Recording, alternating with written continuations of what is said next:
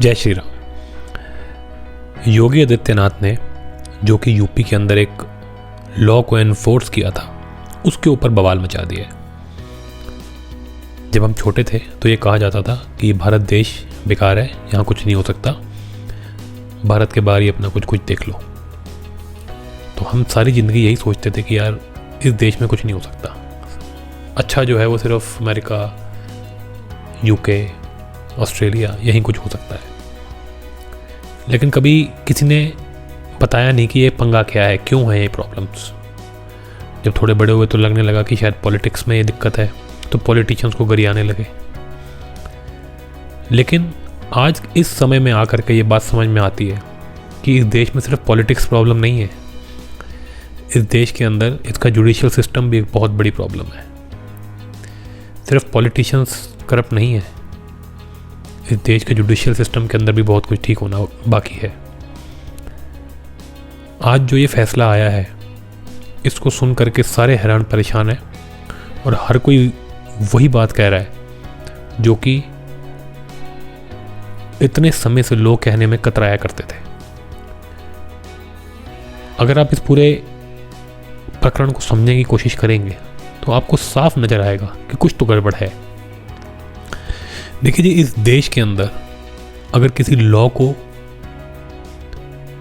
कड़े तरीके से अप्लाई करने की बात की जाती है तो कुछ देशद्रोही तत्व मिल करके कोर्ट के अंदर पिटीशन डाल देते हैं और कोर्ट उनकी पिटीशन एक्सेप्ट भी कर लेती है, जबकि इस देश के अंदर करोड़ों लोगों के केसेस पेंडिंग है जिसकी कोई सुनवाई नहीं होती। लेकिन इन लोगों की इमीडिएटली पिटीशन एक्सेप्ट हो जाती है और इनके फेवर में कोर्ट जो है वो अपने फैसले भी सुना देता है। इसका सबसे बड़ा उदाहरण यही केस है। योगी आदित्यनाथ ने अपनी पुलिस को ये कहा था कि ये 2006 का जो एक लॉ है उसको ढंग से लागू किया जाए, कोई गलत नहीं कहा। तो आज कोर्ट ने ये कहा, सवाल पूछा कि तुमने सिर्फ उत्तर प्रदेश में कुछ ही जिलों के अंदर ये काम क्यों करा है, पूरे उत्तर प्रदेश में कर दो, यही मतलब हुआ इसका। तो योगी बाबा के वकील ने कहा कि भैया कांवड़ी जो हैं वो यूपी के अंदर ही ज़्यादा होते हैं और जो बाकी और दो राज्य जहाँ से ज़्यादा आते हैं, छत्तीसगढ़, माफ़ कीजिएगा, उत्तराखंड और मध्य प्रदेश, इन्होंने भी मिलके ये बात बोली कोर्ट के अंदर कि क्योंकि यहाँ से लोग ज़्यादा आते हैं इसीलिए हमने इसको डाला है। लेकिन इनको ये बात एक्सेप्टेबल नहीं लगी। 3 उदाहरण भी दिए योगी जी के वकील ने कि देखिए जी, हिंदू नाम की दुकानें और इनके जो ओनर्स हैं वो मुसलमान हैं, ये बातें ठीक नहीं है क्योंकि श्रावण का जो महीना है वो चल रहा है और सात्विक रहते हैं लोग, प्याज लहसुन भी नहीं खाते हैं, और जो लोग कांवड़ यात्रा पर निकले होते हैं इनके बड़े रूल्स एंड रेगुलेशंस होते हैं, तो ये सोच समझ के खाते पीते हैं। अब उनको अगर पता चले कि ये कोई मुसलमान का होटल था तो वहाँ पे कई बार लड़ाइयाँ भी हो जाती हैं इस मामले में, क्योंकि आस्था का मैटर है, इसमें आप कुछ कर नहीं सकते। ऐसे ही जब मुसलमानों की बारी आती है तब तो हर चीज़ जो है इनके हिसाब से ठीक हो जाती है, उनके हलाल के चक्कर में सर्टिफिकेशन बन जाती हैं, हर जगह हलाल हलाल लिख करके इनको स्पेशल ट्रीटमेंट दिया जाता है, इनके जुलूस निकलते हैं तो उसके लिए स्पेशल अरेंजमेंट किए जाते हैं। ये योगी साहब के वकील ने बोला है कि जब इनके ये ताजिया वगैरह निकलते हैं तो उसके लिए ये तक प्रबंध किया जाता है कि कहीं से कोई सूअर ना दिख जाए, इनको सूअर को भी हटा दिया जाता है, इतना अरेंजमेंट। लेकिन जो हिंदू है, जो सात्विक है, जो प्याज लहसुन तक नहीं खा सकता, उसके लिए कोर्ट को कोई दिक्कत नहीं है कि वो किसी मियाँ भाई के यहाँ जा कर के जो है होटल में खाना खा ले और मियाँ भाई जो है वो बाथरूम के अंदर चाहे बिरयानी बना रहा हो या थूक फेंक रहा हो खाने में या पेशाब कर रहा हो, क्योंकि इस तरह की वीडियोस बड़ी कॉमन है। ये तो हिंदू की शादी में जा कर के रोटियों पे थूकते हैं, तो इस तरह के काम बहुत कॉमन है। लेकिन योगी बाबा ने सिर्फ एक लॉ को कड़े तरीके से लागू करने की कोशिश करी और इनकी छातियों में आग लग गई। कोर्ट को ये भी रास नहीं आ रहा, इस देश के अंदर अब तुम कोई लॉ को भी लागू नहीं कर सकते। जब आपके सुप्रीम कोर्ट के अंदर ये होगा तो कैसे ये देश जो है ये प्रोग्रेस कर पाएगा। डेमोक्रेसी के अंदर इतनी प्रॉब्लम्स होती हैं, इतना कमज़ोर सिस्टम होता है डेमोक्रेसी, उसके अंदर अगर आपके जुडिशरी का ये एटीट्यूड है, तब तो भैया आप ग्रोथ भूल ही जाओ। और हिंदू जो हैं वो डेमोक्रेसी से अपनी उम्मीदें छोड़ ही दें। ये डेमोक्रेसी आपको और आपके हिंदू धर्म को, आपकी सभ्यता को नहीं बचा सकती। ये बात तो प्रूव कर दी आज कोर्ट ने कि जो हिंदू है उसको ये कोई हक नहीं बनता जानने का कि जो उसको खाना खिला रहा है वो कौन है। पूरी दुनिया में इस चीज़ को माना जाता है। सुचिता की बात होती है, एक ओपननेस की बात होती है, एक कॉन्फिडेंस की बात होती है, लेकिन नहीं, इस देश में नहीं होगा। इन्हीं जजों के बच्चे जब अमेरिका में जाएंगे, यूरोप में जाएंगे, ऑस्ट्रेलिया में जाएंगे, तो वहाँ जा कर के इनको ये सब चीज़ें बहुत अच्छी लगती हैं। और वहाँ जा कर के ये इंडिया को इसी बात पे गाली निकालते हैं कि इंडिया में तो कुछ आता पता ही नहीं होता, कोई भी कुछ भी करता है, कोई रूल रेगुलेशन फॉलो नहीं होते। और अगर यहाँ पे कोई रूल रेगुलेशन फॉलो करने की कोशिश करे तो यही यहाँ पे फॉलो नहीं करने देते, ये उनको पास नहीं होने देते रूल्स और रेगुलेशंस को। तो जो तर्क आज सुप्रीम कोर्ट ने दिए वो सर से ऊपर निकल के किसी को समझ में नहीं आए। कोई तर्क ही नहीं है एक्चुअली में।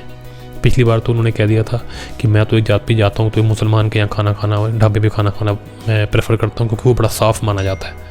मैं भी जब ये जहाँ पे रहता हूँ, मैं भी जब बाहर निकलता हूँ तो मुसलमान के किसी ढाबे वाबे से या दुकान के बाहर से निकल जाओ तो बदबू बहुत आती है।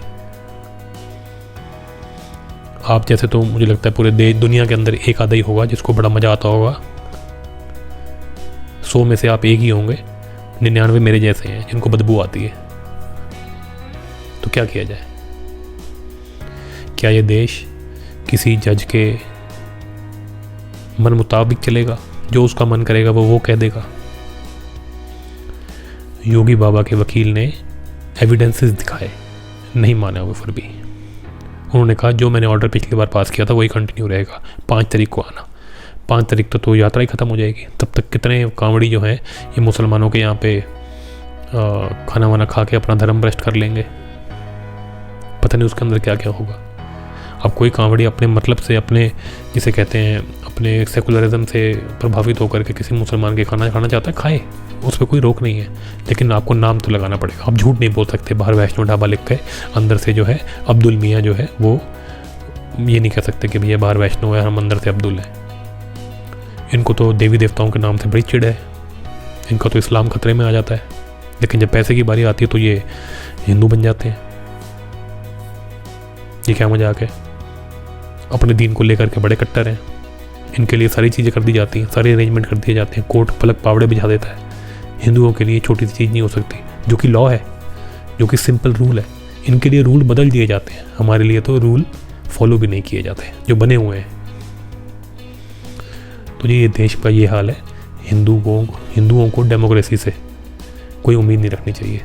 नरेंद्र मोदी जितना मर्जी ढोल पीट ले, देश की डेमोक्रेसी, कॉन्स्टिट्यूशन, ये वो सब बकवास है। मोदी साहब को चाहिए ये सब बेकार की बातें करना बंद कर दें, हिंदू धर्म की बातें करें। हिंदू धर्म कैसे बचेगा उसकी बातें करें। ये जो हिंदुओं के खिलाफ जो इतना ज़्यादा जो उनका एब्यूज़ होता जा रहा है, जो उनके खिलाफ जो षड्यंत्र किए जा रहे हैं, रोज़ हिंदू लड़के लड़कियों को मारा जाता है, हिंदुओं को प्रताड़ित किया जाता है, ऑर्गेनाइजेशंस के अंदर, कोर्ट्स के अंदर, हर इंस्टीट्यूशन के अंदर हिंदुओं के खिलाफ कुछ ना कुछ षड्यंत्र किया जा रहा है। इसके खिलाफ कुछ सोचें। ये करना पड़ेगा मोदी जी को। ये बार बार हमको ये कॉन्स्टिट्यूशन दिखाना, वहाँ जा कर के माथे टेकना, ये पार्लियामेंट को मंदिर बताना, ये सब बकवास की बातें हैं। कुछ नहीं है ये। तुमसे तो यही नहीं हैंडल हो रहा, तो क्यों हमको झांसे में रखा हुआ है? हमारा हिंदू धर्म खतरे में है, हिंदुओं को बहुत बड़ा खतरा है। हिंदुओं का जो एक ही देश है उसके पहले इन्होंने 2 टुकड़े कर दिए और अब इस देश को ये खंड खंड में बांट देंगे। और मोदी साहब इसको नहीं रोकते दिख रहे। ये इनका आखिरी टर्म है, जिस हिसाब से ये चल रहे हैं ये इनका आखिरी ही टर्म है। इसके बाद लगता नहीं ये वापस आएंगे, अनलेस एंड अनटिल ये कुछ धर्म से रिलेटेड कुछ काम करें। अगर ये ऐसे ढोल पीटते रहेंगे और ये कॉन्स्टिट्यूशन खेलते रहेंगे तो कुछ नहीं होएगा।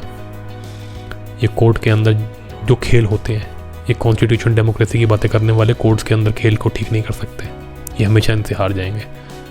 तो इसलिए धार्मिक काम करें और ये ढकोसलों से ऊपर उठ करके जो जिस काम के लिए इनको हिंदुओं ने बिठाया कुर्सी पे तीसरी बार, वो काम करे।